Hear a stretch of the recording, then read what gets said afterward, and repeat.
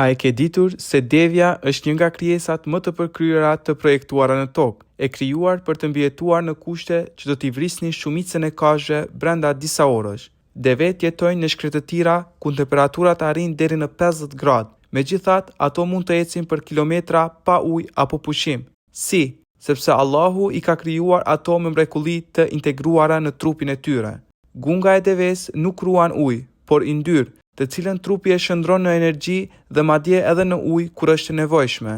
Gjaku dhe qelizat e saj e ruajnë ujin në mënyrë aq efikase saqë ajo mund të kalojë disa ditë pa pirë ujë. Në shkretëtir ushqimi është i pakët, kryesisht shkure dhe gjemba dhe kaktus, por goja e deves është aq e fortë sa mund të përtyp gjemba pa u lënduar. Deveja ka qime të trasha që e mbajnë të freskët nën vapën përvluese dhe të ngrohtë gjatë neteve të ftofta të shkretëtirës. Këmbët e saj janë të gjera dhe të buta, duke e penguar të fundoset në rërën e butë, si këpucët natyrale për shkretëtirën. Dhe kur godasin stuhit e rërës, ndodh diçka e jashtëzakonshme. Çerpikët e saj të dy fisht bashkohen si një rrjet mbrojtës, duke i mbrojtur syt nga rëra verbruese. Çdo veçori është e saktë, çdo detaj është i qëllimshëm. Kjo nuk është evolucion nga rastësia, kjo është dizajn, dhe Allahu na kujton të reflektojmë. A nuk shikojnë devet se si janë krijuar? Shiko me vëmendje dhe do të shohësh një shenjë të Allahut në çdo hap që bën deveja.